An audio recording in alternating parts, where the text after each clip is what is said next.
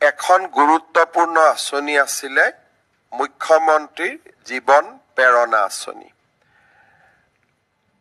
সাধাৰণতে আমি বিশেষকৈ যি মধ্যবিত্ত সমাজৰ যুৱক যুৱতী আছে, দেউতাক মাকে গ্ৰেজুৱেশ্যন পঢ়াৰ পিছত অনুভৱ কৰে যে আজি মোৰ ল'ৰা বা ছোৱালীয়ে গ্ৰেজুৱেশ্যন পালে আৰু তেওঁলোকে আজিৰ পৰা এটা নতুন জীৱন আৰম্ভ কৰিব।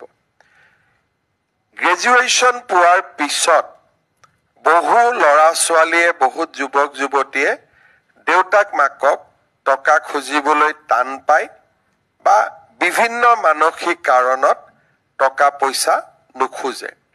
এটা বছৰৰ সমৰ্থনে আমাক, আমাৰ ভাষাত ক'ব গ'লে, খুব ঠাণ্ডা কৰি নিজৰ জীৱনৰ সিদ্ধান্ত লোৱাত আমাক সহায় কৰিব।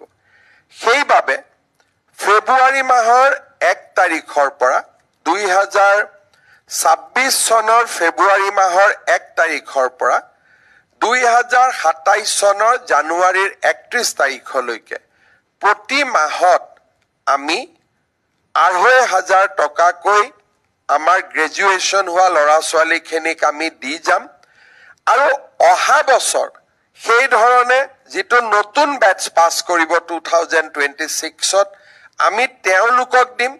তাৰ পিছৰ বছৰ যি 2027ত পাছ কৰিব তেওঁলোকক আমি দি গৈ থাকিম।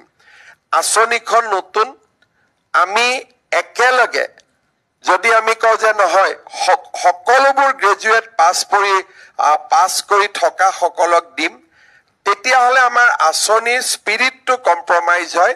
কাৰণ আমি বিচাৰোঁ যে এবছৰতকৈ যিসকল এতিয়াও নিবনুৱা হৈ আছে তেওঁলোকক যদি আমি সমৰ্থন কৰোঁ, ই এক নিবনুৱা ভাত্তালৈ ৰূপান্তৰ হ'ব।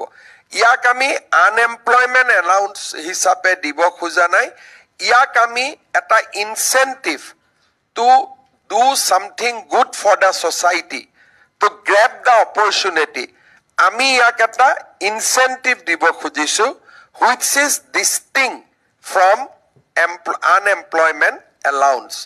সেইবাবে আমি 2025 চনত পাছ কৰা সকলো গ্ৰেজুৱেটক ইয়াত সামৰি ল'ম উইথ